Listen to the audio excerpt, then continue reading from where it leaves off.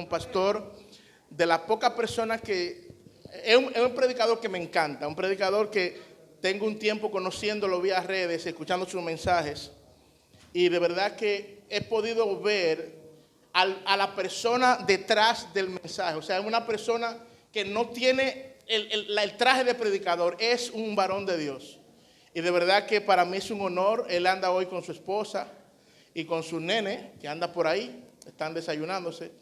Y qué bueno, mis amados, que hoy vamos a tener palabra del Señor. Bendecimos a todas las personas que están por primera vez o segunda vez en la iglesia.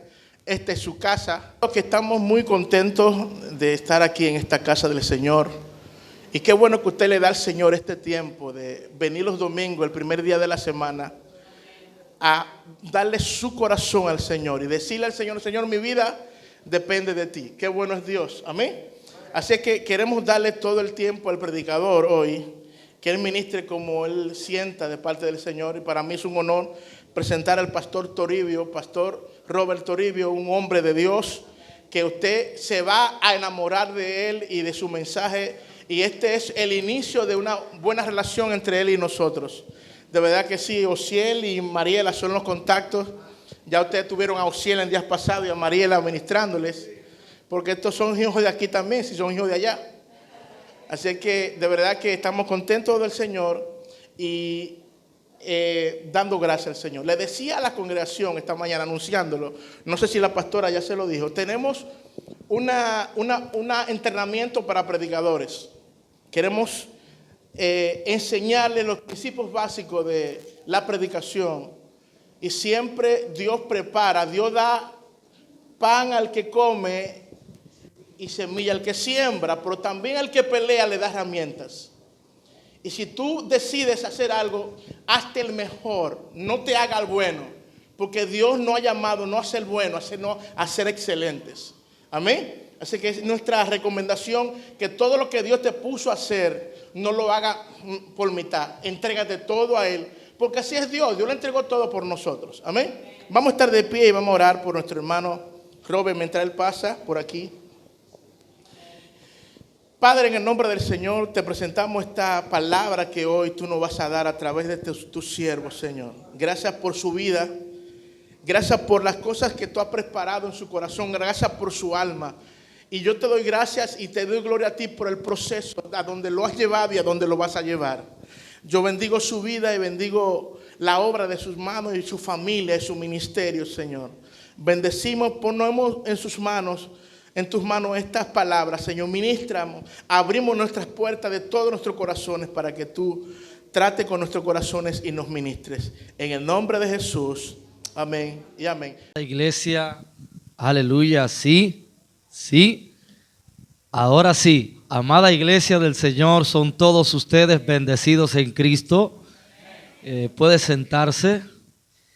Qué bueno conocerles, estar con ustedes en esta primera vez, conocer de su fe y de la obra que el Señor está haciendo entre ustedes. Agradezco al pastor por la distinción y la descripción que da sobre mi persona, y yo atribuyo a la gracia del Señor lo que soy y lo que hago. Así que para Él damos gloria. Felicito a la pastora también por su cumpleaños, y a todos ustedes. Quiero también resaltar a nuestro querido hermano Osiel, su esposa, por conectarnos con ustedes, por hablar al pastor de nosotros y a nosotros de ustedes. Y este es el resultado que estemos hoy acá. La palabra que voy a compartir a modo de mensaje con ustedes es algo que el Señor está procesando en mi vida. Lo correcto sería que cada predicador hable de lo que Dios está procesando en él. Lo mismo ocurrió con los hombres que Dios usó para escribir lo que hoy tenemos como la Biblia, que en el contexto de ello, en la experiencia y el proceso que Dios estaba trabajando en ellos, salió la inspiración para lo que hoy es el tratado de Dios como su palabra para nosotros. Y quiero confesarles algo. Yo sufrí algo en el mundo pero no me asustó ni me preocupó tanto como cuando lo sufrí también aquí adentro. En el mundo yo llegué a una crisis en mi vida, y es a lo que le llaman el vacío existencial. Habían preguntas existenciales que yo no podía responder, y yo dediqué mi vida en gran parte desde mi adolescencia y una parte de mi juventud a explorar la vida desde lo que conocemos como la calle, los vicios, las parrandas, el ambiente callejero. Y al principio yo creí que estaba disfrutando, que todo iba muy chévere, y me consideraba que así iba a concluir mi vida, porque sentía que estaba identificado.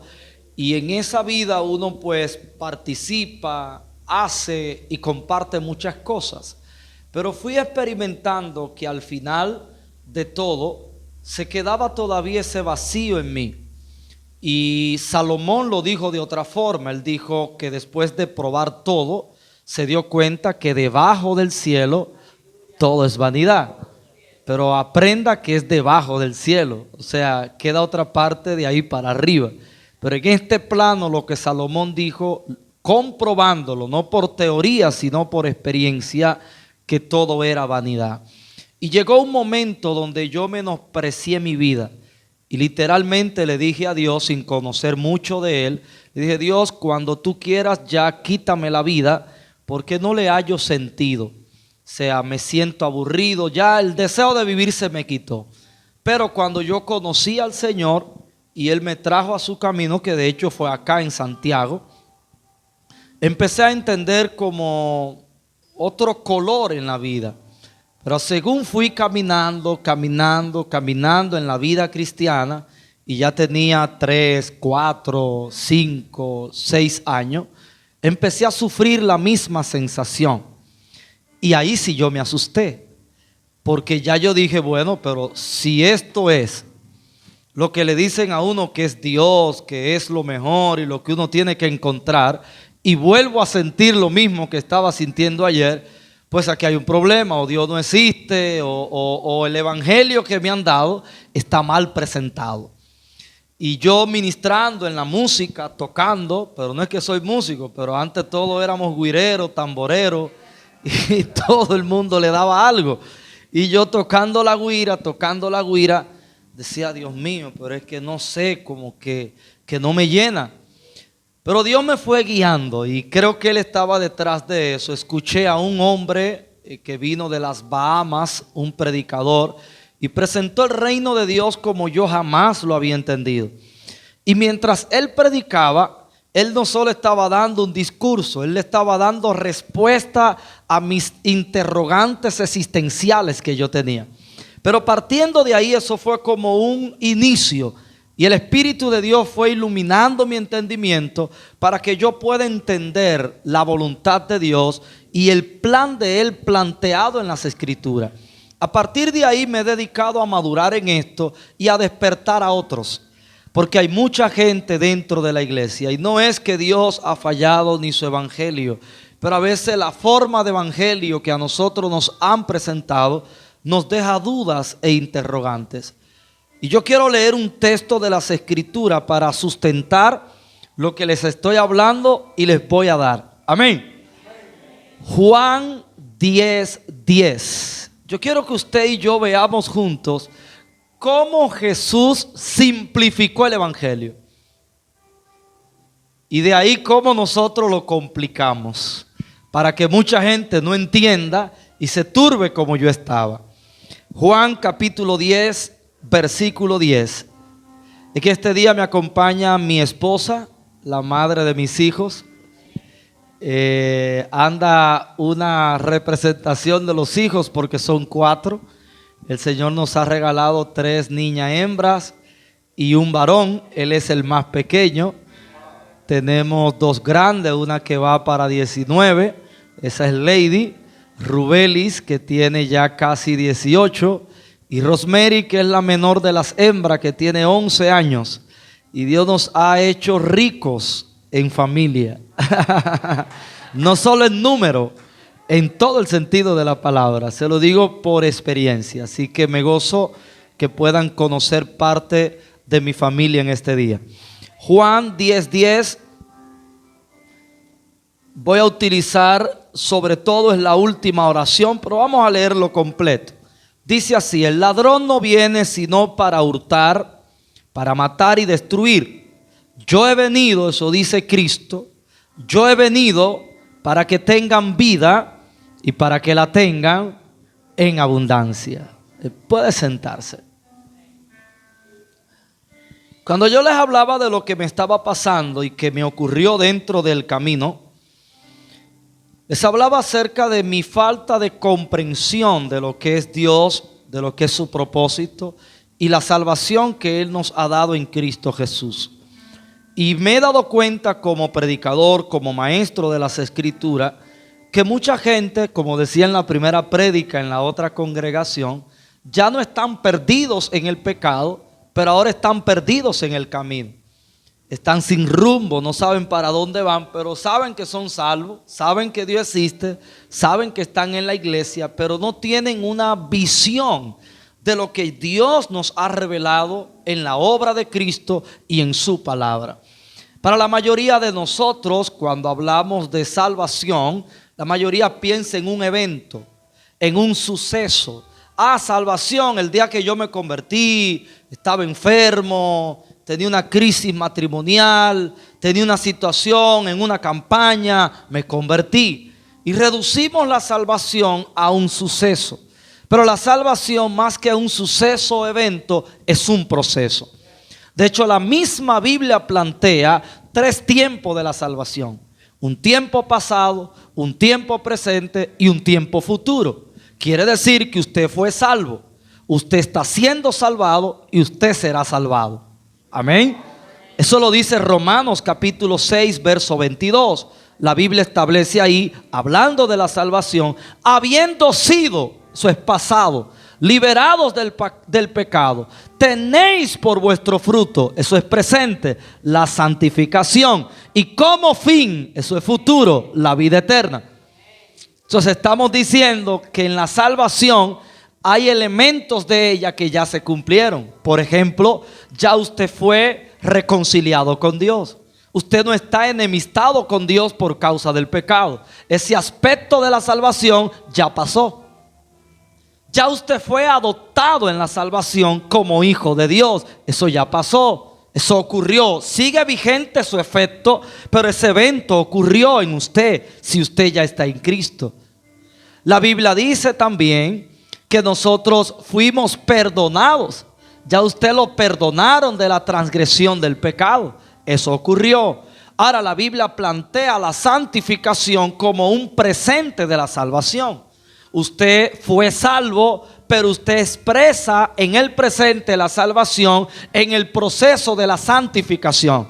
Porque la salvación implica usted ser quitado de una condición y traído a otra. Por eso lo plantea en 2 de Corintios 5:17. De modo que si alguno está, eso es posición, está. Y para estar en posición con Cristo, usted debió ser removido de otra posición. Pedro lo plantea que fuimos quitados de las tinieblas y traídos. Habla de un traslado. Entonces está en Cristo, nueva criatura es. Las cosas viejas pasaron. He aquí presente, todas son hechas. Y esa palabra son hechas no es un acto inmediato, es un proceso de cambio. Son hechas nuevas. Amén. La idea entonces de la salvación no es darle a usted una mejor vida, que lamentablemente yo entiendo muchos lo hacen por error. Plantean que el evangelio le da mejor vida a la gente. No, el evangelio no te da mejor vida. El evangelio te da nueva vida. Y una cosa es mejor vida y otra cosa es nueva vida. Porque cuando se habla de mejor vida es como una versión mejorada de ti. Y esto no se trata de ti, sino de Él en ti. ¿Está conmigo? Es igual que el pecado. Usted le dice a la gente, defíneme el pecado. Y la gente le dice, bueno, pecar es beber, pecar es adulterar, pecar es matar. No, esas son las acciones del pecado. Entonces a nosotros nos enseñaron las acciones del pecado, pero no la condición de pecado. Y es por eso que en la iglesia se atacan mucho las acciones de pecado, pero no se le trabaja a la gente la condición de pecado. Cuando la Biblia habla de la santificación, es que a usted lo sacaron del pecado, pero ahora hay que sacarle el pecado que usted tiene adentro. Se ve en Egipto. Dios sacó a Israel de Egipto, pero lo metió al desierto para sacarle a Egipto de adentro a Israel. ¿Usted está conmigo? Por eso muchos de nosotros fuimos sacados del mundo, pero seguimos teniendo el mundo aquí adentro. Entonces ahora hay que trabajar eso en nosotros. Y ese trabajo de purificación lo lleva a cabo el Espíritu. Entonces todo esto que yo le estoy explicando es como un tráiler de lo que es la salvación. Usted ve que salvación no es solo pararse aquí, yo acepto al Señor. No, es todo un proceso. Y es un proceso que camina hacia una plenitud. Pero pastor, ¿de qué se trata todo esto? Porque de hecho la salvación no es un fin. La salvación es un medio. Y usted tiene que aprender aquí adentro qué es un medio y qué es un fin. Porque cuando hablamos de fin, estamos hablando del propósito del medio. De hecho, la salvación cobra sentido a partir del pecado, ¿sí o no? Pero antes del pecado ya el hombre era. Entonces el hombre no fue creado para el pecado. Antes del hombre pecar no necesitaba Biblia, no necesitaba iglesia, no necesitaba redención. El hombre estaba en su estado original, en su diseño original. Por eso es que la tierra no es mala, la naturaleza no es mala, el cuerpo no es malo. Aunque todo esto será restaurado, no destruido, sino restaurado. En el sentido, digo, no destruido, de que no existirá más. No, habrá cielo nuevo y tierra nueva. Porque la tierra y todo esto y el cuerpo estaba antes del pecado. Dios lo que está es restaurando y hasta el cuerpo será restaurado. Porque la redención no es solo para el alma. La redención es para todo lo que el pecado dañó. Y el ser humano es integral. Usted es espíritu, alma y cuerpo. Y como el pecado mató el alma, mató el espíritu y mató el cuerpo, entonces los tres tienen que ser redimidos. ¿Por qué usted cree que hay una resurrección incluida en la salvación? ¿Qué es lo que se está resucitando? El cuerpo. Para que usted reciba un cuerpo transformado. Amén. Recuerde que Cristo resucitó. Y Cristo te dio un cuerpo.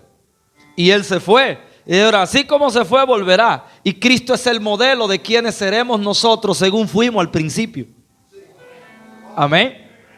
Pero pastor, explíqueme más sencillo de qué es que se trata todo esto. Diga conmigo, vida. De eso se trata, vida. Usted acabó de leer conmigo Juan capítulo 10, versículo 10. Y Jesús está definiendo su misión con esa palabra. Jesús dijo, yo he venido.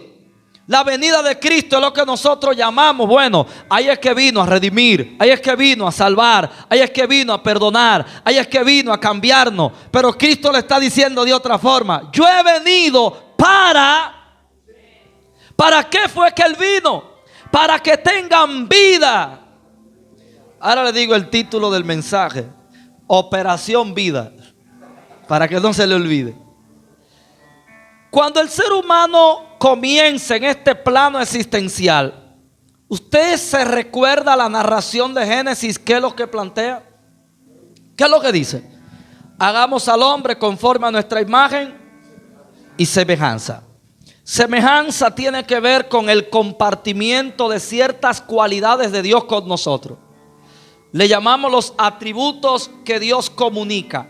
Porque hay atributos que Dios no comunica, que Dios no lo comparte, que son exclusivos de Él, que nadie puede ser, solo Él. Lo distinguen como Dios. Por ejemplo, solo Él es soberano. Solo Él hace lo que quiere, con quien quiere, cuando quiere, solo Él. Solo Él es todopoderoso. Solo Él es omnisapiente. Solo Él es omnipresente. Hay cualidades que Dios la tiene de forma exclusiva, pero hay otras que Él la comparte. Él es justo, usted también puede ser justo. Él ama, usted puede amar. Él es misericordioso, usted puede ser misericordioso. Eso te da semejanza con el Creador. Pero también dice a nuestra imagen. La palabra imagen significa exacta representación. Cuando Dios nos creó a nosotros, nos hizo para que seamos su representación en el plano visible. Que el Dios invisible sea conocido a través de nosotros, su imagen. Amén. De ahí es que viene esa prohibición tan tajante de Dios a la idolatría, señores. Por eso Dios la incluye en los 10 mandamientos. Y el pueblo de Israel cayó en grave desobediencia cada vez que cayó en idolatría. ¿Cuál era el pecado que más Dios le advertía al pueblo de Israel? Que no se mezclaran, ¿para qué? Que no se mezclaran con otros pueblos, pero ¿para qué era? Para que no adoraran sus dioses. ¿Por qué? Porque ¿qué era un ídolo? Y hay un salmo que lo define. Pero ¿qué era un ídolo? ¿Y qué es? Un ídolo es una imagen que representa a un dios. Por ejemplo, el dios micrófono o el dios sonido. Vamos a llamarle el dios sonido. Y la imagen del dios sonido es un micrófono. Y en República Dominicana todo el mundo adora el micrófono. La gente pone el micrófono en una esquina, le hace un altar y le reza al micrófono, porque el micrófono representa al Dios sonido. ¿Usted recuerda cuando Israel hizo la imagen de un Dios y se postró? Porque ellos querían tener un Dios que pudieran ver. Ellos no estaban acostumbrados a un Dios que no se viera. Pero ellos no entendían la idea de Dios. La idea de Dios no es que el mundo, la gente lo viera en una imagen, sino que nosotros seamos su imagen. Por eso Dios no quiso ni quiere que se hagan imagen de ningún Dios, porque la representación de Dios es su imagen. La única imagen permitida por Dios es usted y yo. Amén. Ahora, cuando Dios puso al hombre como su imagen en la tierra, le dio cualidad de padre, Adán. Y puso en Adán el potencial para que él se multiplique. Se lo dijo a él y a la mujer: multiplícate. En otras palabras, sácate copia. Llena la tierra de copias tuyas. Tú eres el original. Pero resulta que el original se dañó y desfiguró la imagen de Dios en él. Por tanto, todas las copias que reprodujo las sacó dañadas. Y esa es la herencia del pecado que nos da el primer hombre. Ahora, le voy a poner un ejemplo sencillo. Si yo traigo hoy una imagen aquí en mi iPad, yo tengo una imagen aquí virtual, y yo le digo a la pastora: pastora, mire, busque, vamos a una impresora y vamos a imprimir una imagen. Le voy a mandar el documento para que usted lo imprima. Y la imagen es de un racimo de uva. Y yo le doy la imagen y la pastora la imprime. Y viene la pastora y se para aquí: iglesia, tenemos una tarea, y es de llenar Santiago con copias de esta. Y la pastora viene y dice: mañana yo le voy a sacar copias, aunque sean 1000 copias adelante, para que todos ustedes empiecen a regar esta imagen en sus escuelas, en el trabajo, en sus casas, en la comunidad. Pero resulta que de aquí a mañana la pastora puso la imagen impresa en una mesita en la casa y sin querer le cayó café. La pastora acaba de dañar la imagen que yo le di. Pero resulta que la pastora le saca copias como quiera. ¿Usted cree que la imagen que la pastora está reproduciendo va a representar la imagen que yo le di? No. El punto es: ¿cómo se resuelve ese problema? ¿Cómo corregimos el problema del accidente que le pasó a la pastora con la primera imagen? El punto es que para ustedes la original es la que la pastora tiene impresa. Pero para mí la original no es esa. Para mí esa es la primera copia. Por tanto, para yo corregir el problema de la primera copia, ¿a dónde yo voy a ir? ¿A la primera copia o a la fuente original? Exactamente fue lo que ocurrió. Le estoy explicando el pecado y todo el sistema. Eso fue lo que ocurrió. La impresora fue la tierra. Y Dios en su sistema tenía a Adán planeado, lo imprimió en la tierra, pero Adán se dañó y dañó a todos los que venían con él. Entonces Dios dijo: para yo reparar todas esas copias dañadas, voy a tener que venir a la imagen original, porque antes de Adán ya había una imagen.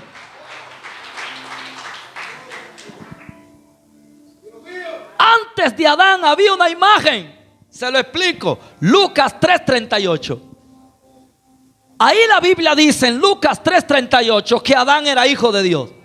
Adán, más que gobernador, más que administrador, más que esposo, más que cualquier cosa, Adán era hijo de Dios. Lucas 3:38. Pero cuando Adán peca, hermano, perdió la legitimidad y de hijo pasó a bastardo. Es por eso que en la obra de la salvación aparece el principio de la adopción, que lo dice la Biblia. ¿Y a quién se adopta? A un huérfano. Para haber adopción tiene que haber orfandad, porque Adán perdió la legitimidad de hijo, se convirtió en bastardo y empezó a producir hijos bastardos. Es por eso que Cristo tiene que venir como hijo de Dios. Pero usted no se ha puesto a pensar, ¿por qué Cristo en Juan 3:16 es hijo unigénito? ¿Y por qué en Romanos 8:29 es hijo primogénito? Usted no se ha puesto a analizar eso. Pero en Juan 3:16 dice que Él es el unigénito de Dios. Pero en Romanos 8:29 entonces aparece como el primogénito. Tiene que haber un punto en la eternidad donde Él era la única imagen, el único hijo. Pero tiene que haber otro punto en la eternidad cuando Dios decidió de ese hijo sacar más hijos. Y es ahí cuando pasa de único a primero. Y es lo que dice Romanos 8:29. Romanos 8:29 dice que a los que Él conoció los predestinó para ser hechos conforme a la imagen de su Hijo. Es decir, que cuando en Génesis Él dijo: hagamos al hombre conforme a nuestra imagen y a nuestra semejanza, hay que complementarlo con Romanos 8:29 para que entendamos conforme a qué imagen fue. Diga conmigo: ahora yo sé, fue a la imagen del Hijo. Amén. Entonces, cuando el hombre fue creado, fue puesto en la tierra existencialmente en el cuerpo. Pero cuando Dios hizo el cuerpo del hombre, el hombre existía pero no vivía. Y existir y vivir no es lo mismo. Existir es estar, vivir es ser. Por eso yo tenía un vacío existencial, porque yo existía pero no vivía. Este púlpito existe pero no vive. Este púlpito está pero no es. Por eso en el mundo donde solo se existe por lo material y la gente vale por lo que tiene, pero aquí usted no vale por lo que tiene, aquí usted vale por lo que es, porque aquí no se parte de añadidura, aquí se parte de esencia. Amén. Entonces, el hombre existía pero no vivía. Yo se lo estoy hablando, pero es por la escritura. Cuando Dios hizo el cuerpo del hombre ya existía. Pero luego dice: y sopló Dios. ¿Qué fue lo que Dios sopló? Pero aliento ¿de qué? ¿De qué que dice la Biblia? Entonces diga conmigo: lo que Dios le estaba impartiendo al hombre era. ¿Y qué dice la Biblia? Y fue el hombre un ¿qué? Un ser ¿qué? Viviente. Usted ve, primero existía, luego vivía. Primero estaba el recipiente, existía, pero luego le imparte vida, vivía. Entonces el hombre empieza a vivir. Pero cuando dice la Biblia y sopló, compárelo con usted. Cuando usted sopla, ¿de dónde viene el aliento? Dios estaba compartiendo su esencia y su naturaleza con el hombre. Mire, le voy a revelar un secreto. La Biblia está llena de secretos que ya son revelación. Si usted no accesa, es por falta de dedicación. Amén. Pero le voy a decir un secreto. Juan capítulo 5, verso 26. No sé si estaban poniendo los textos. Bien. Juan 5, 26. Yo quiero que usted vea. Jesús está revelando unos misterios del Padre. Y en el 5:26 de Juan, Jesús dice algo poderosísimo. Mira lo que dice. Porque como el Padre tiene vida en sí mismo, y también ha dado al Hijo el tener vida en sí mismo. ¿Usted sabe lo que quiere decir eso? Usted es recipiente de vida. Dios es fuente de vida. Se lo voy a repetir. Usted es un recipiente de vida. Usted recibe vida, pero Dios es fuente de vida. Dios produce vida. Dios es vida. Dios da vida. Dios crea vida. Tiene vida en sí mismo. Míralo ahí. Y le ha dado al Hijo tener vida en sí mismo. ¿Por qué razón usted cree que Jesús encarnó la vida y dijo: yo soy? Él no dijo yo tengo vida, Él dijo yo soy la vida. Es más, le voy a añadir algo, agárrese. A Jesús, oiga bien, el tema de la muerte entra con el pecado. Cuando Dios le da el mandamiento al hombre, le dice que no coma y le da una advertencia y consecuencia de violar el mandamiento. Le dice: el día que comas morirás. Esto es muy simple, yo le estoy simplificando a ustedes años de estudio. Esto es simple. Oiga, el día que comas morirás. Ahora bien, ¿qué es la muerte? Diga conmigo fácil, pastor: ausencia de vida. Dígalo, ausencia de vida. Eso es muerte. Entonces, la muerte es contraria a ¿qué? ¿Qué iba a introducir la muerte en el hombre? El pecado. El hombre fue hecho ¿en qué? En vida. Pero tiene algo en advertencia que le va a quitar ¿qué? Entonces, ¿a qué fue que el pecado le dio? A la vida. Entonces, ¿a qué que Cristo viene? Juan 10:10 se le olvidó. ¿A qué que Él viene? De eso se trata. De eso se trata el evangelio. De eso se trata la salvación. No es tan complicado. Le voy a entender, le voy a explicar algo más, tranquilo. El pecado trae la muerte. La muerte, más que un demonio, es una legalidad sobre la vida humana. La muerte es una consecuencia legal. Porque la Biblia dice que la paga del pecado, ¿qué es la paga del pecado? Muerte. La paga del pecado es muerte. Es la consecuencia de la muerte, del pecado. Y dice la Biblia, está establecido que el hombre muera. ¿Dónde está establecido? En la ley de Dios. Es una ley sobre el ser humano. El alma que pecare. El alma que pecare. Entonces, ¿cuál es el alma que muere? La que peca. Todos no pecamos. La Biblia dice que todos pecamos y estamos destituidos ¿de qué? Aquí viene el punto de Jesús. Ya entendimos que la muerte tiene legalidad por el pecado, pero entonces agárrese con Jesús. Jesús es Dios en esencia entrando al plano humano. Porque Jesús tiene que redimir al ser humano. Y la ley de la redención en Levítico plantea que para redimir a alguien, a un esclavo, había que ser pariente cercano. Usted tenía que ser hermano, primo, pariente cercano. Entonces, Jesús no puede redimir al hombre como Dios.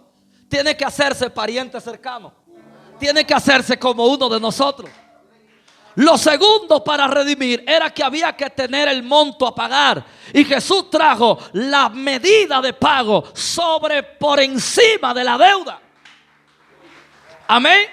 Entonces Jesús se encarna es para hacerse pariente de la raza humana. Pero el tema es que el nacimiento de Jesús es sobrenatural porque es virginal.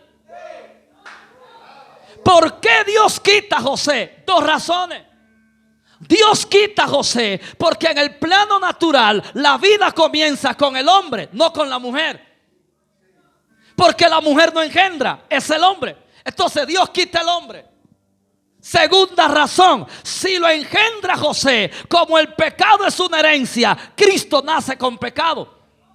Y si nace con pecado, no puede resolver el problema del pecado de la humanidad. Porque se necesitaba una muerte como pago que no tuviera relación con la causa de la muerte. Solo Cristo. Por eso Cristo nace sin pecado, vive sin pecado, muere por el pecado, resucita sin pecado. Amén.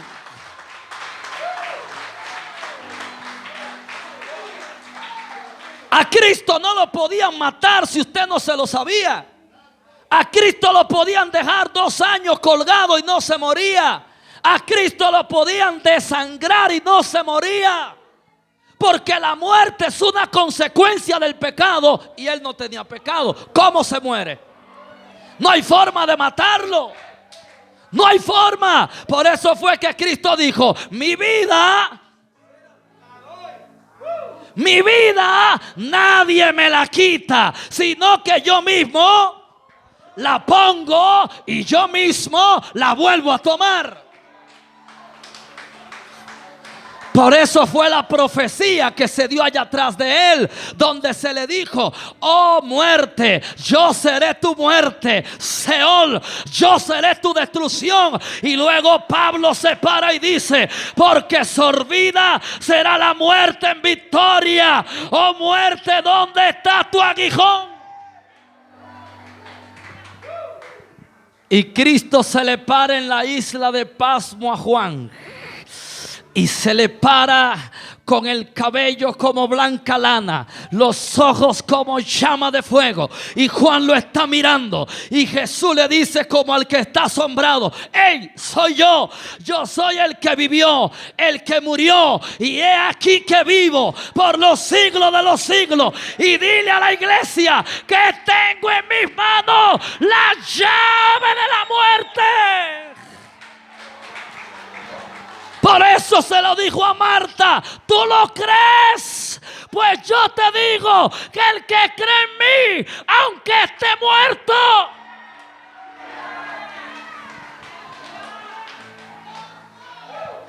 porque no hay condenación para los que están en Cristo Jesús. Por eso la muerte de Noé no pudo redimir al hombre. La muerte de Abraham no pudo redimir al hombre. La muerte de Moisés no pudo redimir al hombre. La muerte de David no pudo redimir al hombre. La única muerte calificada era la que no tenía pecado. Es por esta razón que entonces Cristo viene a dar vida. Pero ¿cuál es el punto? La Biblia dice en Romanos capítulo 5 que en Adán todos mueren, pero en Cristo todos somos vivificados. El problema es que la transferencia de muerte de Adán a nosotros es automática. Desde la concepción usted viene con esa transferencia de muerte. Pero la transferencia de Cristo necesita una clave.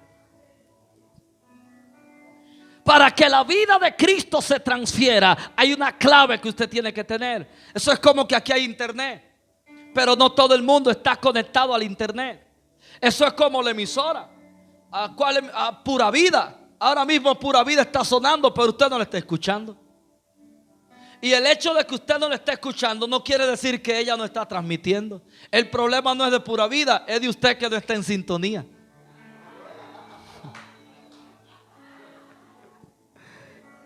Cristo en la cruz del Calvario vence la muerte y establece la vida. Pero se necesita una clave. Dígame, pastor, ¿y cuál es esa clave?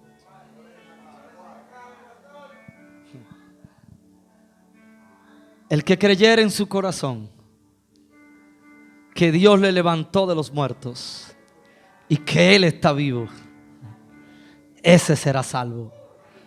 La clave se llama fe. Para usted conectarse con Cristo y lo que Él ha hecho y lo que Él entrega, usted tiene que tener fe. Y no estoy hablando de una fe personal, estoy hablando como dice la Escritura. Porque Él dijo: el que cree en mí, como dice la Escritura. Fe no es lo que usted piense que es fe. Fe es lo que la palabra dice que es fe. Amén. Entonces, ¿cómo ocurre esto? ¿Cómo ocurre? La Biblia dice en Primera de Pedro, capítulo 1, verso 23, siendo renacido. Usted ve, ahora hay que renacer. No de simiente corruptible, sino de la incorruptible, por la palabra de Dios que vive y permanece para siempre. Ahí está. Siendo renacido. ¿Sabe lo que quiere decir renacido? Volver a nacer. Y para volver a nacer hay que morirse primero. Porque el que no muere no tiene que renacer, sino nacer. Pero ahí habla de renacer. Está hablando de un nuevo nacimiento. Está especificando que el hombre muere en el pecado. El hombre murió en el Edén, pero vuelve a vivir en la cruz. Entonces cuando dice siendo renacido, no de simiente, no de simiente.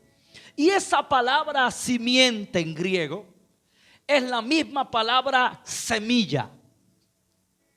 Y es la misma palabra, bueno, no la voy a decir pero quizás no es una mala palabra, pero alguien la asuma como rara. Pero es la misma palabra del depósito del hombre a la mujer. Es la misma, porque esa es una semilla también. La semilla que usted conoce, la semilla vegetal, la que produce planta, es una vida vegetal. La semilla lleva una vida dentro. Igual el hombre deposita una semilla que lleva una vida a la mujer. Y la mujer viene siendo el suelo. Y es la misma temática en la semilla vegetal, en la semilla del hombre y en la palabra de Cristo. Es la misma temática. Por eso Cristo dijo, el grano de trigo, la semilla, si se echa a tierra y no muere, se queda solo. Pero si muere, lleva mucho fruto. ¿Qué es lo que Cristo está diciendo? Cuando usted agarra una semilla de algo, de aguacate, naranja, lo que usted quiera, y usted la siembra, lo primero es que la semilla tiene que penetrar el suelo. ¿Qué es lo que tiene que hacer? Porque si se queda arriba en el camino, vienen las aves y se la comen, dice Jesús. Tiene que penetrar el suelo. Segundo, tiene que morir dentro del suelo. Si usted no lo sabía, la semilla muere en el suelo. Y cuando la semilla muere en el suelo, saca la vida que lleva dentro y la deposita en el suelo. Entonces el suelo y la semilla se hacen uno. Y la raíz que sale de la semilla empieza a conectarse con el suelo, a alimentarse del suelo. Y luego usted ve que sale la planta y usted dice, wow, mira qué bonita. Pero eso tiene rato en un proceso adentro del suelo. Lo que pasa es que usted está viendo la manifestación después. Es lo que ocurrió con Cristo. Cristo vino a la tierra como semilla, fue sembrado en la tierra y murió. Al él morir, la vida que él traía la dejó en la tierra.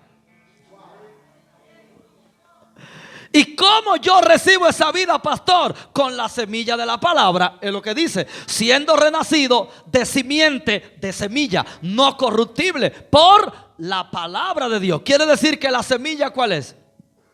La palabra de Cristo revelada en las Escrituras por su Espíritu y predicada con gracia y verdad, es la que produce la vida de Cristo en la gente. Cuando usted está recibiendo una palabra, usted está recibiendo la simiente de Cristo.